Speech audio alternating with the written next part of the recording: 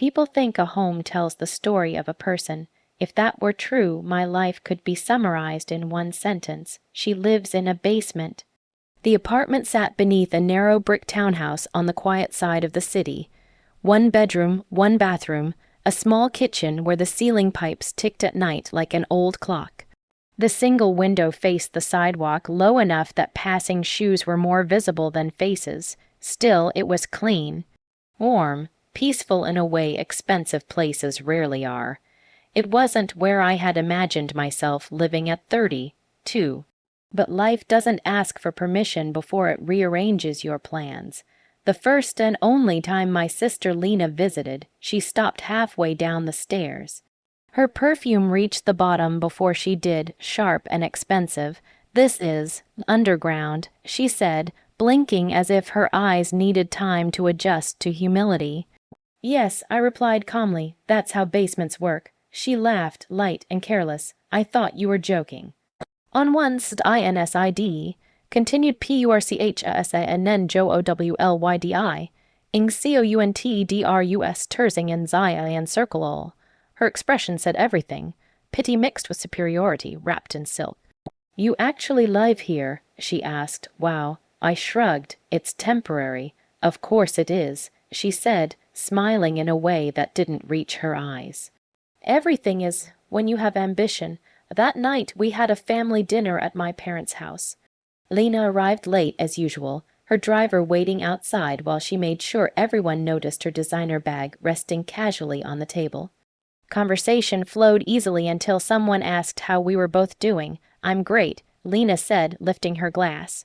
"Just closed another deal. The penthouse view never gets old." Everyone congratulated her. Then my aunt turned to me. "And you?" "I'm fine," I said, "working, saving." Lena laughed again, louder this time. "Saving," she repeated. "From what?" "The basement flooding." The room fell silent. She continued, unaware, or unconcerned, about the tension spreading across the table. "I mean, I love you, but when I saw where you live..." She shook her head dramatically. I almost cried. My mother shifted uncomfortably. My father stared at his plate. Heat crept up my neck, but I kept my voice steady. "Not everyone measures success the same way." "Oh, come on," Lena said. "There's success, and then there's settling. You chose settling." That word stayed with me long after the plates were cleared. Settling, as if my life had collapsed rather than been carefully folded.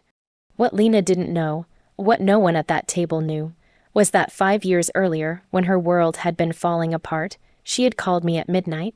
Crying, desperate, "I'm going to lose everything." She had said, "The banks won't wait." I had waited. I had sold my car, paused my plans, signed papers that kept my name invisible but my money very real. The basement wasn't a punishment, it was a pause. After dinner, Lena pulled me aside near the door. "You should ask for help," she said softly, pretending kindness. "Not everyone is meant to rise." I smiled. "You're right." She blinked, surprised. Victory was more satisfying when it was loud. She left with confidence, certain she was standing at the top while I remained buried beneath her. As I returned to my basement apartment that night, I turned on the light and looked around. Low ceiling, quiet walls, strong foundation, and foundations, I had learned, hold far more weight than penthouses ever could. Silence is expensive. It costs pride first, then comfort, and finally the luxury of being understood. The basement apartment became my hiding place, not from the world, but from explanations. Every morning I woke to the hum of pipes and the muffled rhythm of footsteps above me. People passing by never wondered who lived below their feet. That suited me just fine. Lena never asked how I managed my life. She assumed struggle, and assumptions are cheaper than curiosity. 5 years earlier, she hadn't sounded like a woman who owned a penthouse. She had sounded like someone drowning. I remembered that night clearly. My phone rang just after midnight. Her name flashed across the screen, followed by sobbing before I could even say hello. "They're pulling out," she cried. "The investors, the partners, everyone. I can't fix this." I sat at my small kitchen table, listening. The same table I ate dinner at now, alone. "How much time do you have?" I asked, days, maybe less. I didn't hesitate.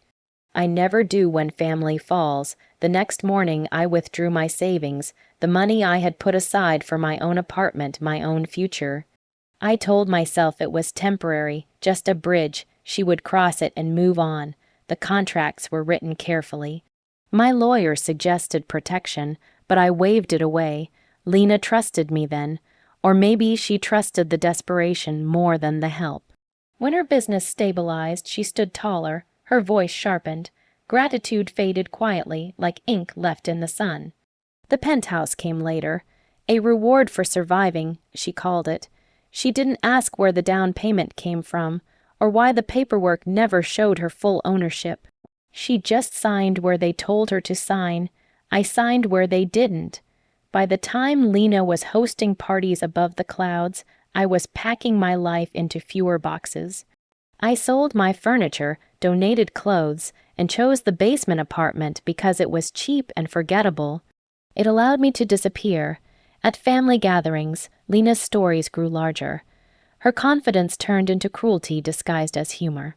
Some people aim high, she'd say, glancing at me. Others just stay comfortable. Comfortable, she had no idea how uncomfortable patience could be.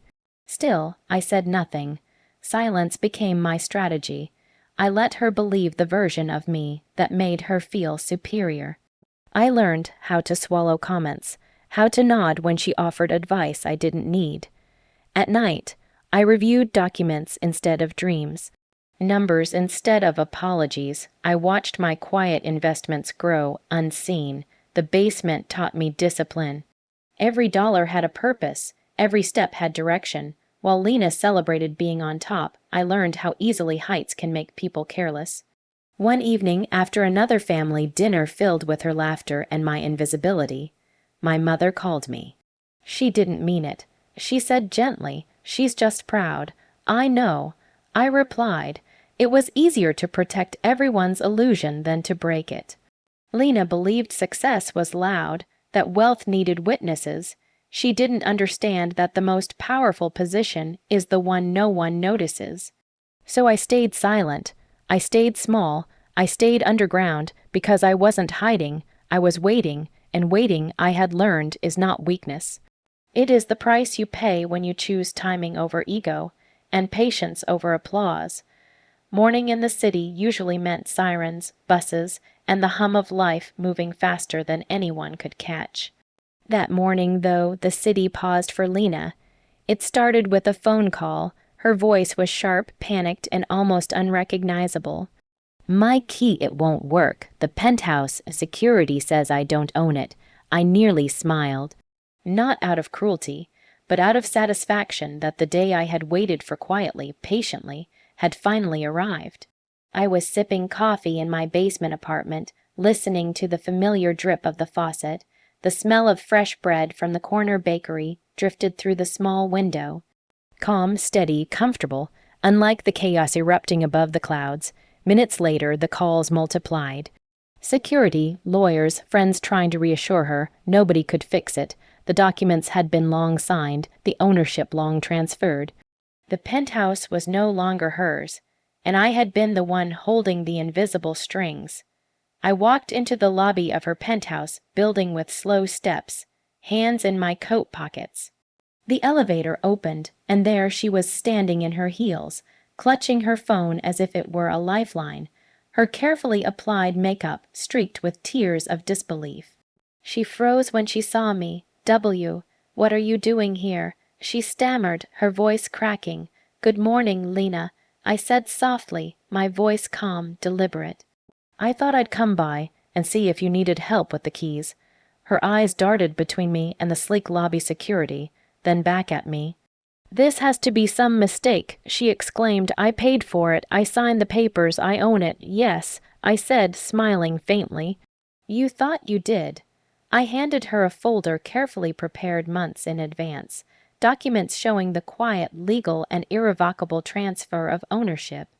Holding the papers, she realized with horror that every night she spent boasting, laughing, and flaunting her success had been built on an invisible hand, mine. Her face drained of color. "You," she whispered, "you, but why?" I shook my head. "Why? Because patience works better than pride, because silence can be louder than insults, and because basements can be foundations. Security cleared the area, but no one needed to intervene."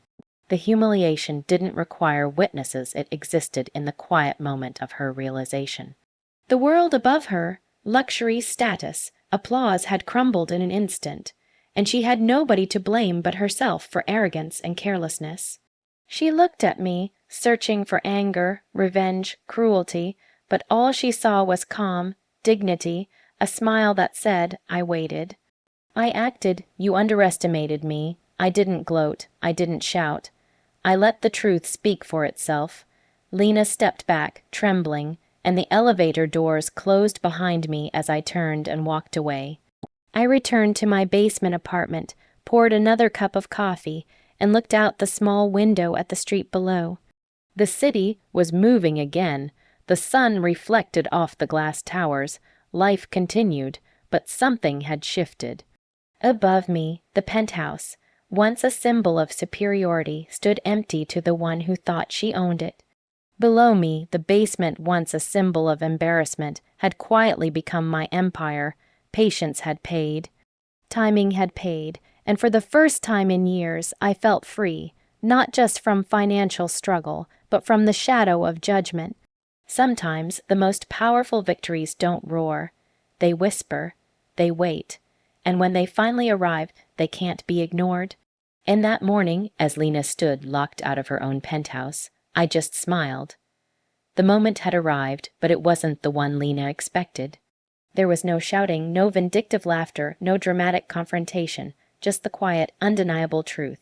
She had spent years measuring life in square footage, luxury cars, and applause from friends. I had measured mine in patience, strategy, and the ability to endure. And now, finally, the scales had tipped. I returned to my basement apartment that morning with a sense of calm that Lena had never known. The air smelled faintly of damp concrete and coffee, comforting reminders that I was exactly where I wanted to be. While she scrambled above, panicked and defeated, I held a simple pleasure, silence. When she first realized the penthouse wasn't hers, I could have gloated.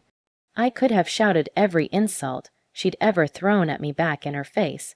But revenge built on cruelty never feels sweet. The real triumph comes from dignity, from letting someone fall because they've built themselves on arrogance, not because you pushed them. Later that afternoon, I heard through mutual friends that Lena had spent hours pleading with lawyers, calling security, even begging for explanations from the property management. She was frantic, but I didn't intervene. There was no need. The truth has a way of finding its mark without your help.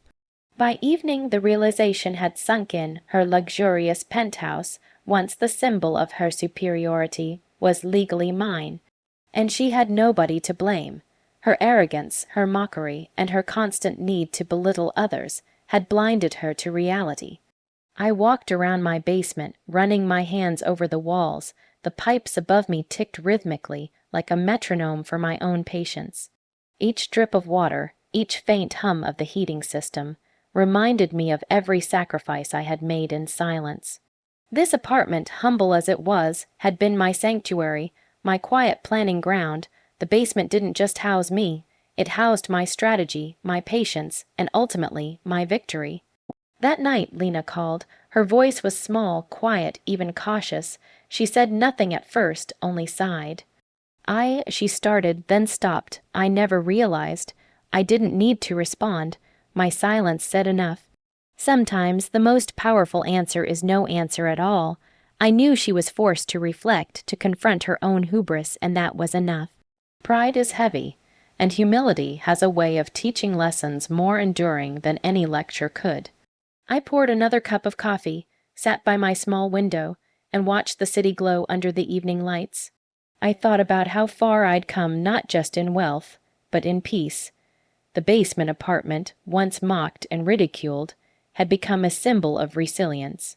The next morning, Lena moved out of the penthouse she thought she owned. I didn't gloat. I didn't take pleasure in her panic. My victory wasn't about humiliation. It was about justice, patience, and the quiet satisfaction that comes when truth finally reveals itself. I smiled because that smile carried everything she had missed: dignity, perseverance, and the unshakable confidence that comes from knowing you did what was right, not what was easy. Some people think the sweetest revenge is loud and dramatic. They are wrong. True revenge is quiet, patient, and delivered with grace. It comes not from anger, but from strategy, endurance, and the refusal to be underestimated. As I sat there in my basement apartment, coffee in hand, I realized I had achieved more than I ever imagined. Not wealth, not status, but something far rarer: peace. And when Lena's footsteps faded from the penthouse she no longer possessed, I didn't laugh. I didn't gloat, I just smiled, because the basement that once held my supposed failures had become the foundation of my triumph, and that was a victory no one could ever take away. Silence, patience, dignity, the sweetest revenge of all.